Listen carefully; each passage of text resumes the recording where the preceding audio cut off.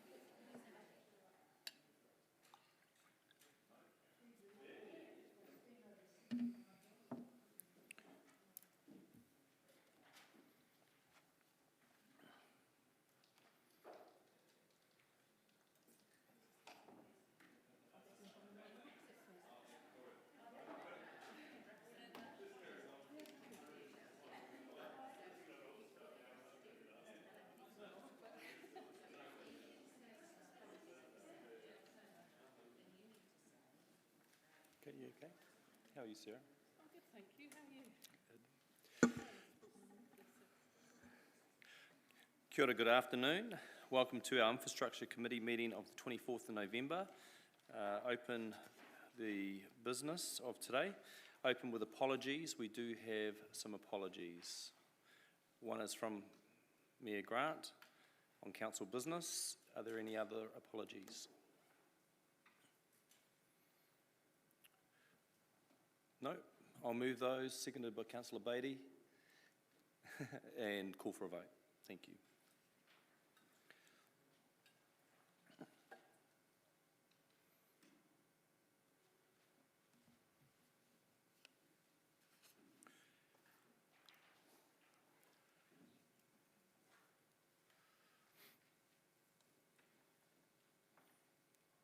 Invite a vote.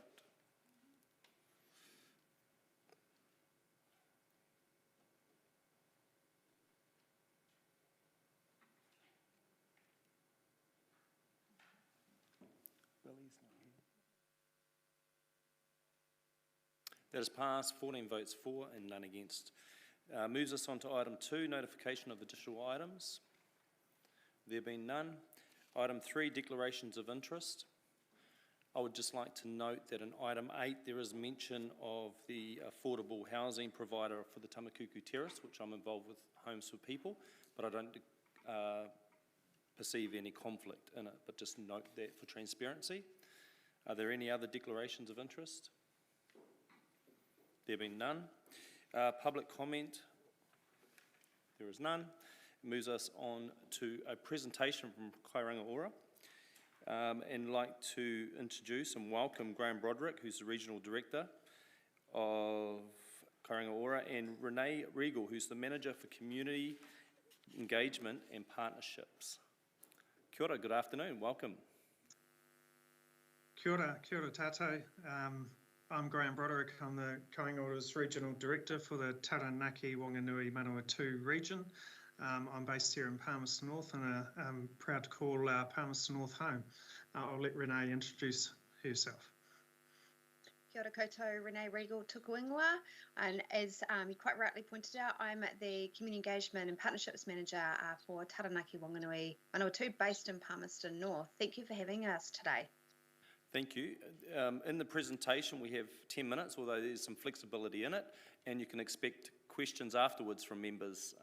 So that would be the outline for today. So the floor is yours. Right, bear with me 1 second. I'll just share with you our presentation.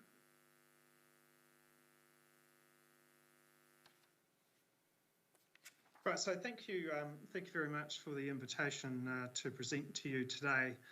What we thought we'd cover off is who and what is Kainga Ora, what our role is. We'll have a look at the demand for public housing in the city, We'll give you a breakdown of our Kainga Ora housing portfolio in the city, and we'll talk about the Housing and Urban Development Ministry's public housing plan and our response to that. And we'll update you on how our development program is going, and we'll have a look at what it is that we have coming up. So Kainga Ora is still a relatively new Crown agency, established just over 2 years ago. It brought together the people, capabilities and resources of Housing New Zealand, KiwiBuild and HLC to bring a joined up approach to delivering government's priorities for housing and urban development. You'll be familiar most likely with Housing New Zealand as the Crown's public or state housing provider, and you will no doubt be aware of KiwiBuild, so they're part of Kainga Ora as well, and HLC bring expertise in master planning and urban development. So HLC developed Hobsonville Point in Auckland, which is a brand new 5,000 home community. We're here to manage and grow our state housing portfolio and support our customers to live well. And we fill the gaps in the private sector in terms of affordable and market housing. We are New Zealand's biggest landlord. Nationally, we manage a portfolio of some 68,000 homes. We house approximately 190,000 people. We have a growing asset base value, currently at $32 billion. And we spend $627 million annually on maintaining, upgrading and improving our properties. So just to give you a sense of scale, on any given day, we have approximately 6,000 tradespeople across the country working on our homes. And this is outside of our construction program. So we have two key roles. One is to be a world-class public housing landlord. So we provide tenancy services to our public housing customers. We maintain and develop our public housing stock. We provide home ownership products and other services. We prioritise our customers' wellbeing and provide good quality, warm, dry and healthy homes. Secondly, we partner to deliver urban development projects. So we work with the development community, iwi, councils, central government agencies and others to deliver quality urban development with the aim of providing good quality, affordable homes that connect to the jobs, transport, open spaces and facilities needed for communities to thrive. In some of our larger developments, we can also provide a mix of public, affordable and market housing. This is just a graph showing MSD's social housing register. So they manage applications for public housing. And this is over a 5-year period. So 5 years ago, back in June 2016, there was a register of 72 applications. That's now tenfold to June 2021, where the register is now 729. Prior to June 2016, the register constantly sat below 40, and as you can imagine, was relatively manageable. Our ability to house people of the register is quite challenging, not only because of the significant increase in demand, but because the number of customers moving out of our homes has almost halved over that period. This is a table just showing our Palmerston North portfolio. So we have a state housing portfolio of 1,472 homes. About 60% of that portfolio is 1 and 2 bedroom homes, but we do need to know that 80% of the demand is for that smaller home typology. We also have a community group housing portfolio of 36 homes, and these are homes that are leased to providers who usually provide live-in support to residents with mental illness and or physical disabilities, the likes of Idea Services and Mass Trust. And we also have a portfolio of transitional houses. So these are leased to service providers to assist residents to find permanent accommodation and to provide wraparound support to ensure they're best placed to sustain their tenancies when they do move into a permanent home. This is an aerial map of our property holdings in the city. So we have land we've worked up to develop in Awapuni, Highbury, Roslyn and Hokowhitu. We continue to look at opportunities in the central city. And you'll note pretty much through the middle of the city, bounded by Ruahine Street and Botanical Road. We don't actually own too many properties. So we have been and are looking to acquire land and contracting new build homes with private developers in this area. And we're also exploring land opportunities in the growth areas towards Whakarongo for future development.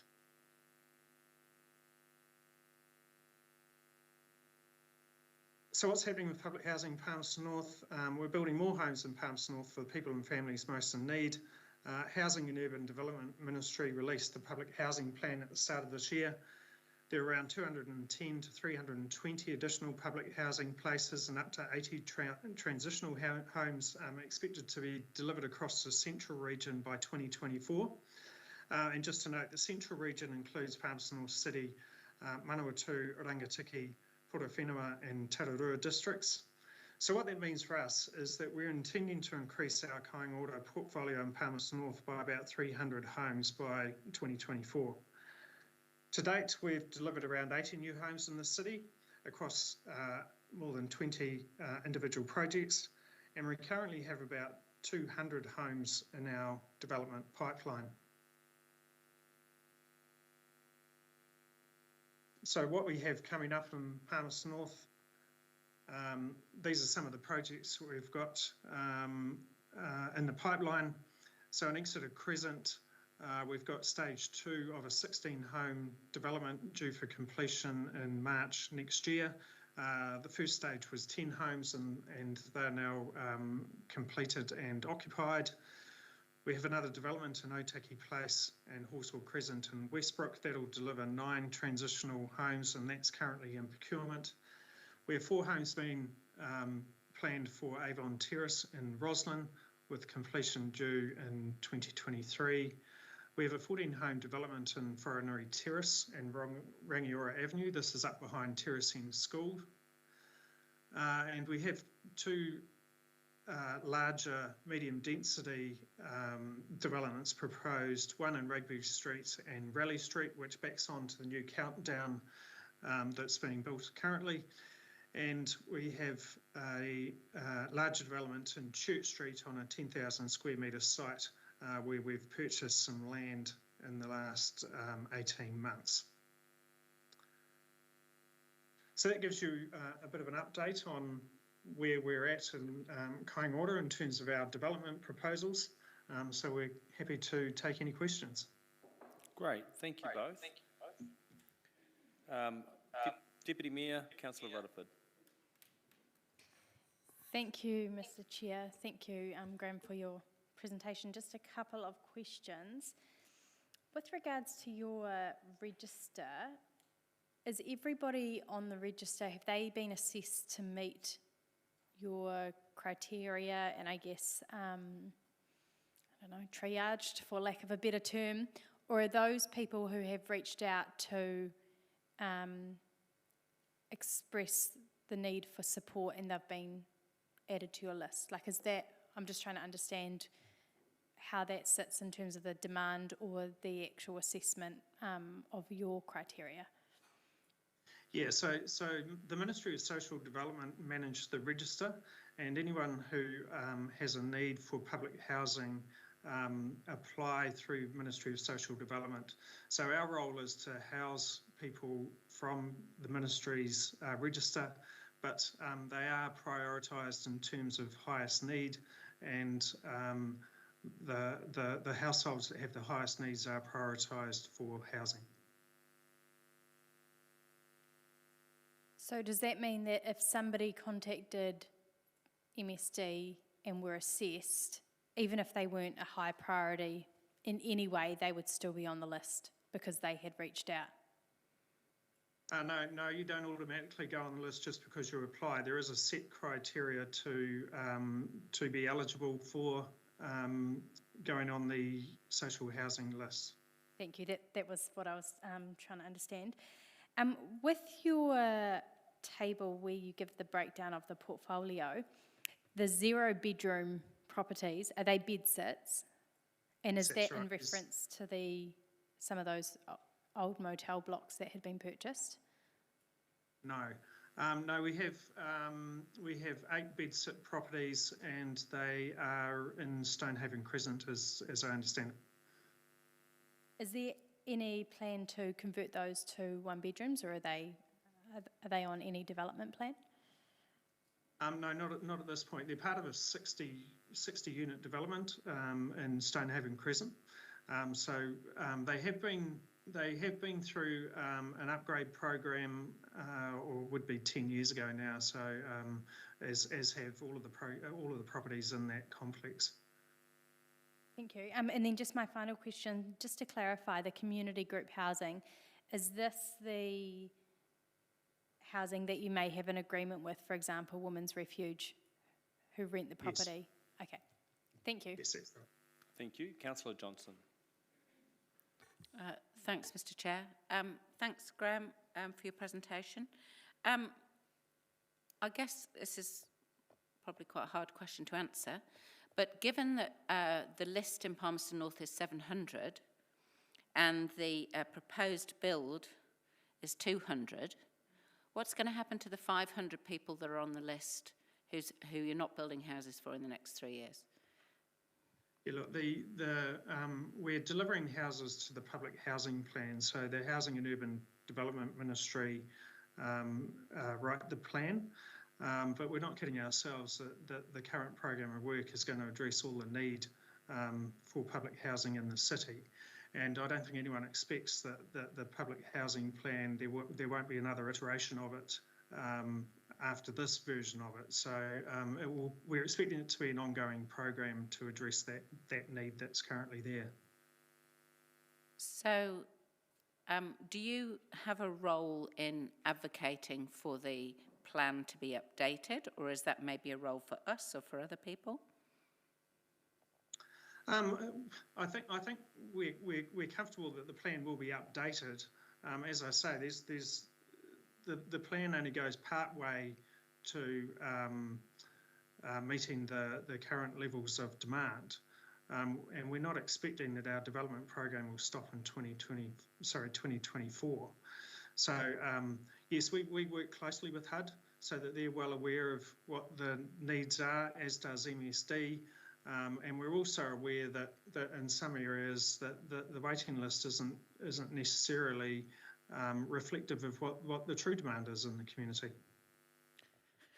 I guess from our perspective, what we see is that there's a huge demand for affordable housing because of the way that rents are increasing, and yet the plan that Kainga Ora is presenting, and I understand what you're saying, that you're responding to the HUD requirement, but the plan doesn't seem to go even halfway towards meeting that demand. And that's my frustration, I suppose. Yes, so we're contracted to the Housing and Urban Development Ministry to deliver to that plan. In terms of, to answer your question on affordable housing, as I mentioned in my presentation, we are looking to the future in terms of acquiring land and looking at the growth corridors that the city has, and we're hoping to secure some land that allows us to do mixed use development as well, that will include affordable housing component to it. Okay, and then final question that again may not be totally for you, it may be for someone else to answer. Councils at the moment are not eligible for any MSD subsidy on our rentals despite us providing affordable rents. So for example, Palmerston North City Council, as you probably know, charges 25% of income to our tenants. So do you see any change in that on the horizon? Oh, look, I think that's well known to the Housing and Urban Development Ministry, who are essentially the the policy makers in this area. So that they are aware that a number of councils would like to see that change, but it's probably not appropriate for me to comment on whether that's what it is that they're doing about that. That's fine. Thank you very much. Great. Thank you. Councillor Barrett. Thank you, Mr. Chair. 3 questions, if I might. Thank you both for the presentation and being with us to answer questions. The first one, I was just hoping you could shed a bit of light on the sort of energy efficiency side of things in terms of those new builds, like what sort of standard of energy efficiency is in there, and specifically, are they including gas connections or not? All our new developments are built to a Homestar 6 standard, so they exceed current building code. No, we don't provide gas connections to our new homes, and that's primarily based on the customer feedback that we have. A number of our customers struggle to afford, they are in energy poverty, and having another fuel bill tends to be a struggle for them to pay. So we actually have been working to change out our gas appliances in our portfolio to electricity only, to try and address that issue. Great, thank you. Second question was just trying to understand the sort of numbers that you're speaking to in the presentation. So like when you talk about 200 homes in the pipeline, am I right that that's sort of more of maybe a gross number rather than a net, in terms of presumably a lot of these pieces of land already have homes on them and they're being taken out? So is that a sort of gross number, and if so, what's the net number? Yeah, that is a gross number that we have in the pipeline at the moment, but we also have some other opportunities that we're working with some local developers on as well, and they're not included. Look, I don't have that net number, but it's usually we work on a 3-to-1 payback. So for every home that we remove from a site, we'll develop 3 in its place. In saying that, our Church Street development is mostly vacant land. Our Rugby and Raleigh Street development is mostly vacant land. So the number of homes that we need to remove for that, for the 200 homes is not as large as you might think it might be. Great, thank you. Finally then, just to understand, because I guess you sort of laid out on slide 9, some specific examples of what you said is coming up. And I guess I wanted to know then, if it's not on that page, what conclusions do we draw? And I'll give you a specific example there. Living very near Crew Crescent, which is an area that seems to now be principally used to employ people to mow lawns for vacant lots.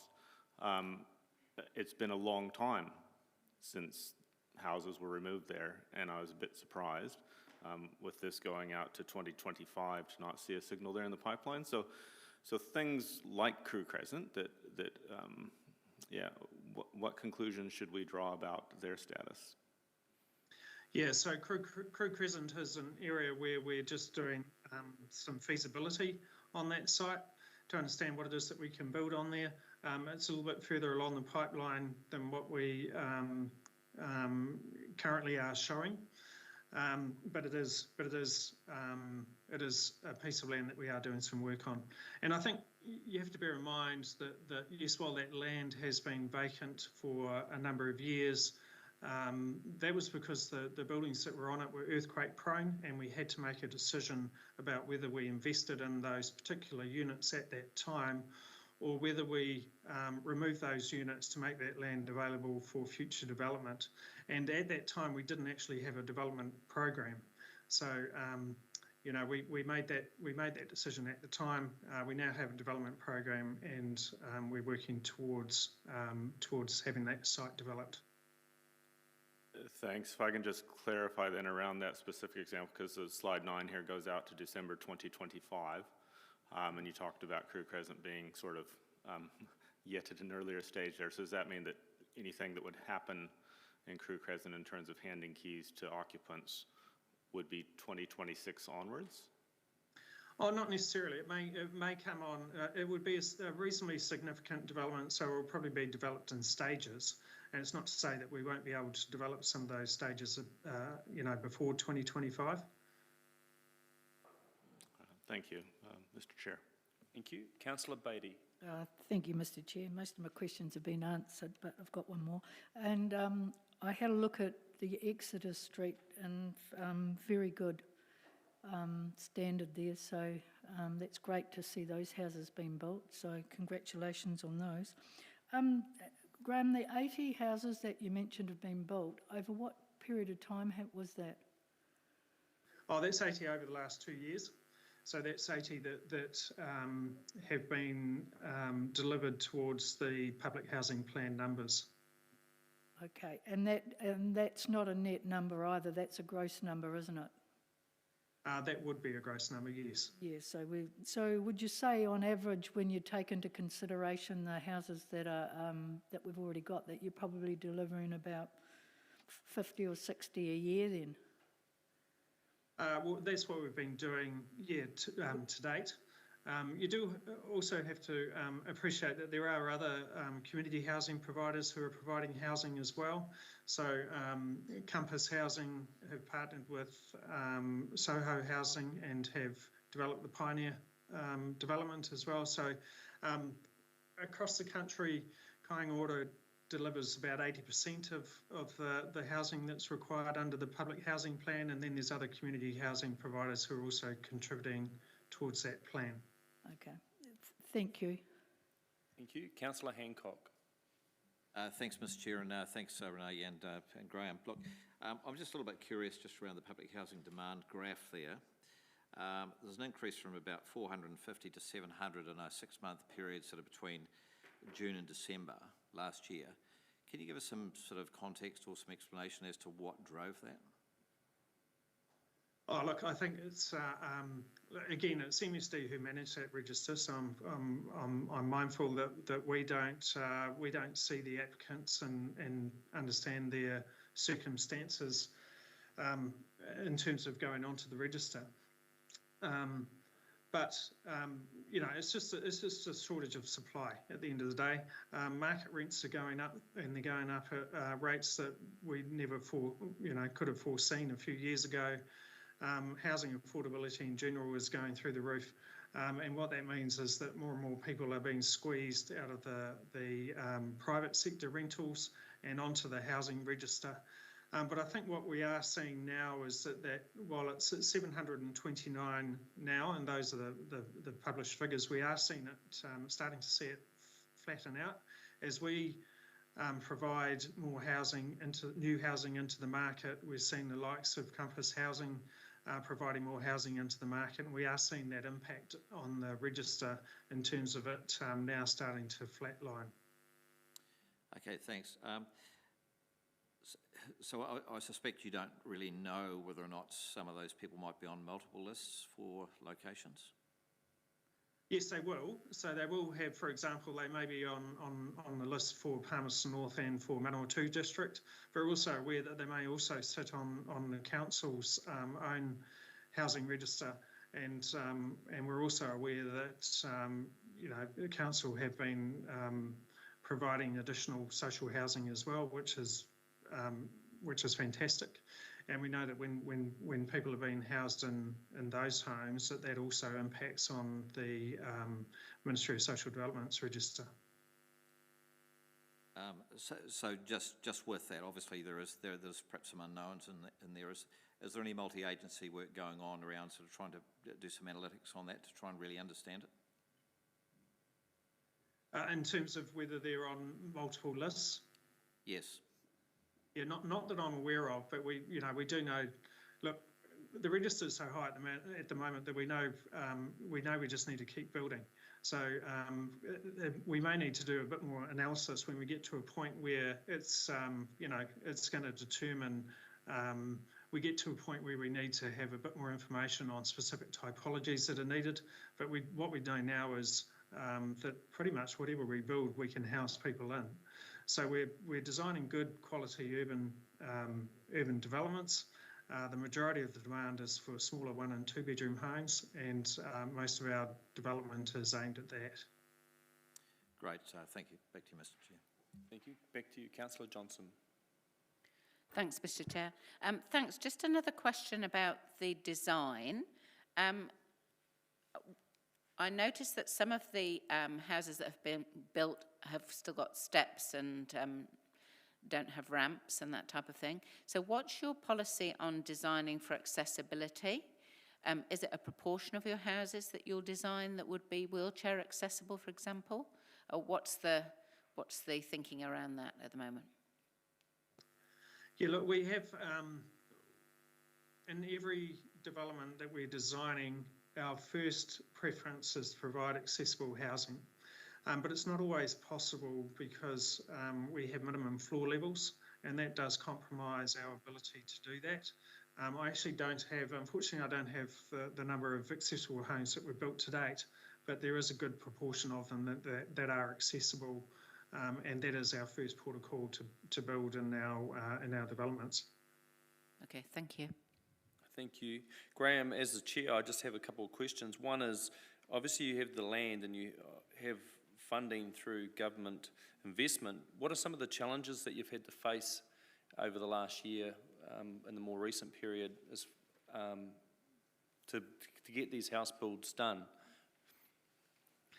Yeah, look, I think one of the challenges is just our own internal capacity to do that. So in Palmerston North, we haven't built houses here for 3 decades.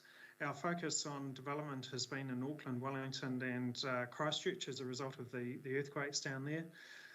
So we've had to, we've had to build our own internal capability. We've had to develop new relationships with developers and construction companies. So that's been a challenge in the current environment. But I feel we've made some really good steps, and we've got a good pipeline of work now, to see us really ramping up that development. We're no different than any other developer in terms of the challenges in a COVID environment. So we've had a bit of a stop-start, to our program of work. So that's been challenging. And of course, we're impacted a little bit by supply as well, which is no different than any other developers. But we are working closely with our contractors to ensure that they do have, orders in early and that they know our work that's coming up so that they can manage that well. Great. There's no further questions. I'd just like to thank you both for your time to present today. We all appreciate that housing's a critical need in our community and of course across the nation. And your focus here with the builds that you've done to date across multiple sites and your plans for 200 plus just in the next few years, and knowing that there's still probably another tranche of development plans for the thereafter to meet the needs. We just appreciate the work that you're doing. Appreciate your time for coming and presenting, but also asking some of the tougher questions. Just really want to acknowledge your time today. Kia ora, thank you. Kia ora, thank you. We will have a period open for comment from members. There may be some comment you may like to stay on line for to see if there is. Thank you. Thank you. I'd like to move that the Infrastructure Committee receive the presentation for information, seconded by Councillor Beattie. Open up for any comments, if there are. There are. Councillor Beattie. Thank you, Mr Chair. I'm really pleased to see some of the new housing that's been happening in Palmerston North from Kainga Ora in the last few months. But I am a little bit concerned that we're only building about 40 houses a year compared to, and our trend is getting higher and higher and higher. And I know that's not the local area's fault, and I know that, I've had many conversations with Graham, but I'm really concerned that we're not getting any headway, and that if, when you look at the waiting lists of 700 people, where are these 700 people living? They're in motels, cars, and God only knows where else. So it's not a really good base for society if this is where these people are living. And then you look at the houses that Kainga Ora are going to deliver is only 200 in the next 2.5 years. So, you know, to me, the maths doesn't work out. So I think we're going to have to really start putting some pressure on government to deliver, and perhaps see what council can do to work with Kainga Ora themselves. I mean, we've got things like summer haze land possibilities. So I think, to me, I would have liked to see a start of a little trend coming down, but it's not. It's getting worse, and so we need to put some more effort in, I think. So working together, I think, will be the answer. Thank you, Mr. Chair. Thank you, Councillor Beattie. Councillor Johnson. Yes, I mean, from my line of questioning, you'll have seen that although it's good that we're getting some new houses built, as Graham says, for the first time in 3 decades, it's not keeping up with demand. And whilst I appreciate that there are other community housing providers and so on, you know, even if we assume that Kainga Ora would be responsible for 80% of that waiting list, that's still a lot more than the houses that are in the pipeline. And I think the message I got from Graham was really that the key to this is to advocate to HUD to change the plan. So the planning at the moment is around an extra 300 houses in the central region. Unless we can get that altered, then we're not actually going to get more houses built by Kainga Ora locally. So I think it certainly has been a helpful presentation, because it's made it clear to me where the advocacy needs to go if we're to get more state houses built in the city. And I agree with Councillor Beattie.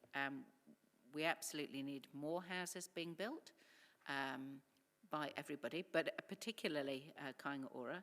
And I mean, it's actually very difficult to get on that social housing waiting list. You know, that's the really people with the highest need, as I'm sure you all know. So it's a concern. I'm glad that houses are being built, but it's not even nearly enough. And I think as council, we need to be having a look at how we advocate to HUD for an increase in the number of houses that are built in Palmerston North by Kainga Ora. Thank you. And maybe just to extend some comments to wrap it up, this is a difficult territory to kind of get outcomes quickly. It's a longer term strategy. Building it takes a whole planning process, let alone the actual development side. And that it was acknowledged that capacity is one of the challenges that Kainga Ora face, in fact the whole building sector face. And so acknowledge that. I do appreciate that it might only not be the land as part of the problem, because there's actually parcels of land even in Botanical Road. When you think about it, there's large parcels of land. That's not the issue, I'd imagine, for the more immediate time, is the workforce to activate it. So I appreciate that 200 is not meeting up with the current demand, but I believe the expectation is that it's going to take a longer period to resolve. Certainly happy for different advocacy into that space, and I do wonder where the government, when they were promoting that they could build 10,000 homes a year, where that expectation was to even make those claims, to set the expectation that it was all going to get resolved quite quickly. I think being in the space, it does take time, and feel like we need to acknowledge that fairly. Having said that, the issue is still an important issue for the city. Housing is in great demand, like it is in other metro cities around the country, in fact in any city. This is not just an issue that's isolated for Palmerston North, and yeah, we all have to play our part. Thank you. Now I'd like to invite a vote.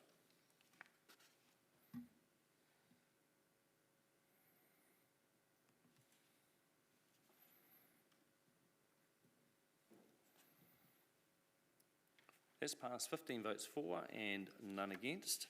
That moves us on to receipt of the minutes. I'm happy to move the minutes from our last meeting, which was the 27th of October. Look for a seconder. Councillor Hancock. Open it up for any matters arising. There being none, I'd like to invite a vote to receive the minutes of the 27th of October.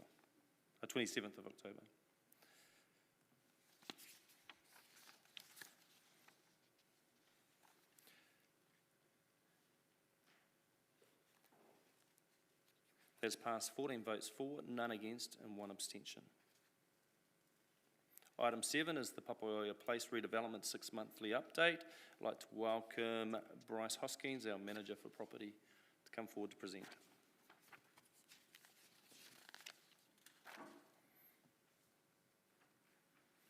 Good afternoon, councillors. Well, on the theme of housing, we are building some, which is good. So stage 2, as I said last month, is all wrapped up now, which is fantastic. We've got some tenants we've taken through a bit of an open home process, and I understand they'll be moving in before Christmas, which is fantastic. And the only other update probably to this report is we have now lodged for consent for stage 3, so that's currently going through the process. Next month, in fact next week, in a Part 2 paper, I'll be bringing a paper to award the contract for stage 3 formally. Providing that occurs, we could be beginning stage 3 in early to mid-January. I'm open for questions. Thank you. Councillor Johnson. Thanks, Mr Chair. Thanks, Bryce. Will we be able to see the design at some stage? Yes, there's some designs included in that paper next week. Okay, thank you. Great. No further questions. Thank you, Bryce. Thank you. I'll move the report titled Papaoia Place Redevelopment 6-monthly update presented to the Infrastructure Committee on the 24th of November be received for information, seconded by the Deputy Mayor. Open it up for any comment or debate. There being none, invite a vote.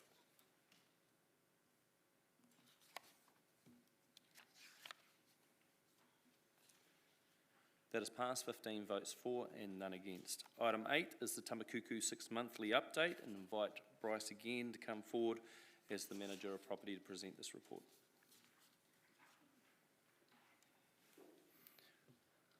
Hello again. Just a couple of updates to this report. We have subsequently finished the first sales release, which saw 14 sections, all 14 sold. Which is fantastic, and all were either at valuation or higher, which I guess shows a good indication of the market at the moment.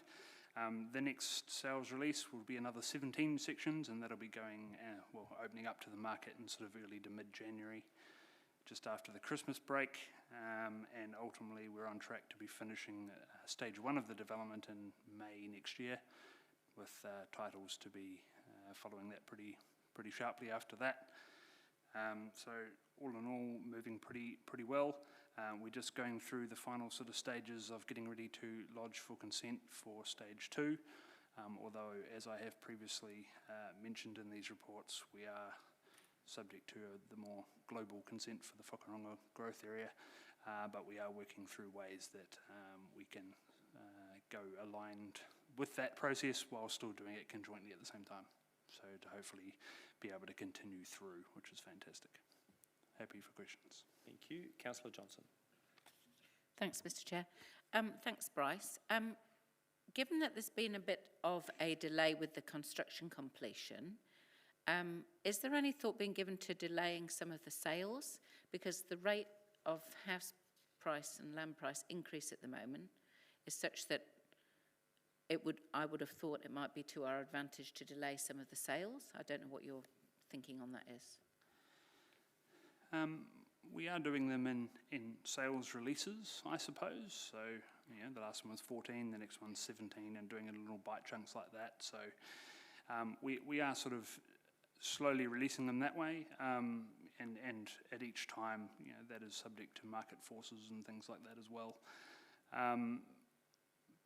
We basically, that allows us to slowly be chipping through it. I mean, stage 2 will also open up another 35 sections, which will probably be done in a couple of releases. So I would be expecting us to be releasing housing probably over the next 12 months in little bite chunks.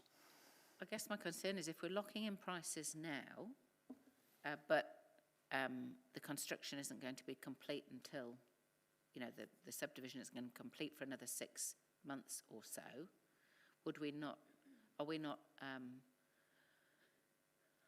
is there not a risk that we don't achieve the best possible price by doing that? Sorry, I misunderstood your question. Yeah, so prior to every sales release, we're doing an updated valuation. So the pricing that we're releasing at, we publish that on the Tamakuku Terrace website as an indicator of where the pricing is, and that's always within sort of a month or so of when the next release was. So it's always up-to-date pricing. So that is continuing to move with each sales release. Okay, thank you. Thank you. Deputy Mayor. Thank you, Mr. Chair. Thanks, Bryce. Just two questions. So we had 14 contracts, I guess, just go through. How many tenders did you receive? 17. Okay, cool. And then just in regards to the sale and purchase agreement with the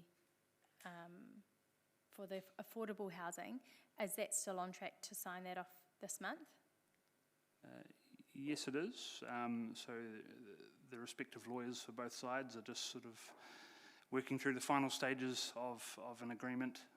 We're in agreement in principle, but just sort of ironing out the wrinkles, I guess. And then as soon as that's done, we'll be looking to get that signed as soon as possible. Great. Thank you. Thank you. Councillor Beattie.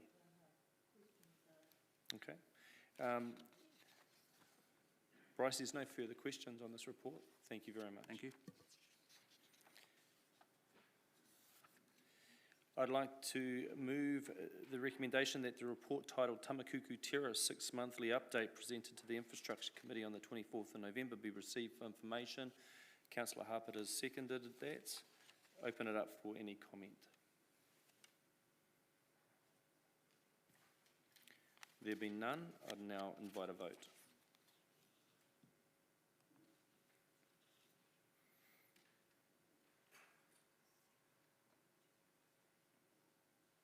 That has passed 15 votes for and none against. Our final item, item 9, is the work schedule. Would you like to give any comment to that, Sarah? Through the Chair, just that you got an update on the infill lighting this morning. That's right. Yep. And will we still expect that report in March then, or did that deal with that item? That will come in March, won't it, because it's going to continue? Yes, we'd left it, you've got report in progress, but we'd left it as we were unsure how you would choose to go forward this morning, but now that we know that, we can continue with it. Okay, thanks. There's a couple other questions. Councillor Harper. Thanks, Mr. Chair. Thank you, Sarah. I just wanted to ask a question around Streets for People update. We probably haven't had a formal update on that in light of the discussion this morning about the bus terminal. I just wondered if we could, March next year is quite a long way off for us, so I just feel like we haven't had a formal update on Streets for People and where we're up to and the progress of where we're up to and what we're doing with it. So I just feel March is quite a long way off. I just wonder if there was an explanation around that. Through the Chair, some of the work particularly engaging with partners for design and stuff like that has been slowed by COVID. Having said that, the work is actually progressing, particularly on the as you saw from the Chief Exec's update, on the engagement locally to bring us back onto progress. We are potentially going to bring a paper. The next paper will really be, I suppose, focused on funding and where we go with the priorities. As you say, the bus terminal has slowed down some of our assumptions a little bit, and possibly the best way for us to deal with that would be to issue a memo before this goes out. What we're thinking of doing is making sure that whatever we do else and whatever we propose else in the area, we're not short-term proposing anything that will affect that junction. Just a follow-up question, in the other funding that was cut this morning from Wakakatahi was the other Streets for People funding as well, so it does impact on the whole program. Yeah. So just that as councillors, we don't really know, it's kind of, No, we're flying so- blind really, we don't actually know what's going to happen now. We are looking at bringing a paper about the financial aspects in particular to council shortly. Great, thank you. Thank you, Sarah. No further questions. I'll move, as noted in the order paper, that the Infrastructure Committee receive the work schedule dated November 21. Look for a seconder, Councillor Petrinas, and invite a vote.